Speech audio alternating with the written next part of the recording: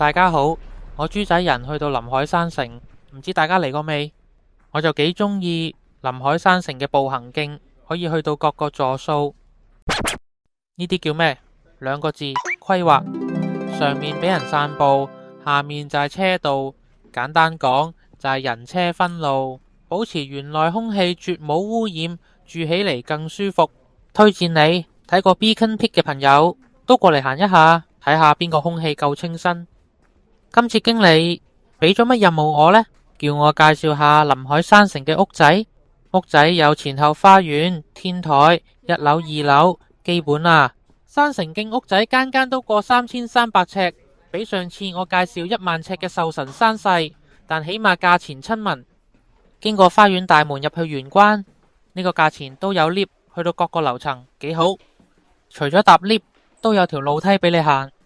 住屋仔嘅好，養成良好習慣就係做好多運動，行樓梯。如果你有種美德叫百忍成金，做嘢等得有耐性都可以坐 lift。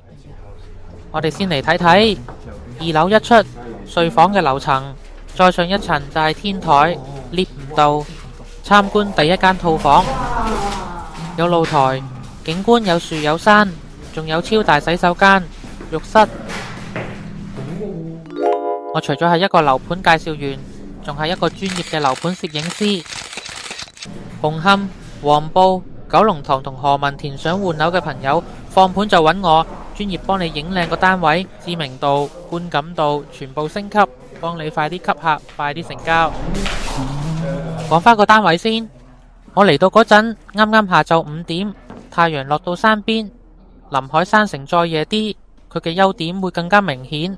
環境又靚又靜，靜到可以遠離晒城市嘅煩囂。急急腳睇埋另一間房，可以當書房，用到盡，霸晒成層咁用都得。可唔可以着上？可以，你小心梯級啊！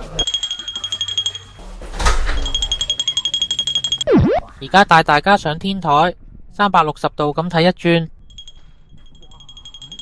有來去水，有電，可以放洗衣機或者燒烤爐。欣賞下，方圓10里都冇高樓大廈，先至唔會破壞呢度大自然嘅美景。如果你問我臨海山城最靚景觀，可以約我參觀埋隔籬臨海徑嘅2號屋睇下。單位內杯杯碟碟，床同梳化都放好晒，依家可以坐低慢慢研究下，睇下臨海山城啱唔啱你。好啦，下條片見，拜拜。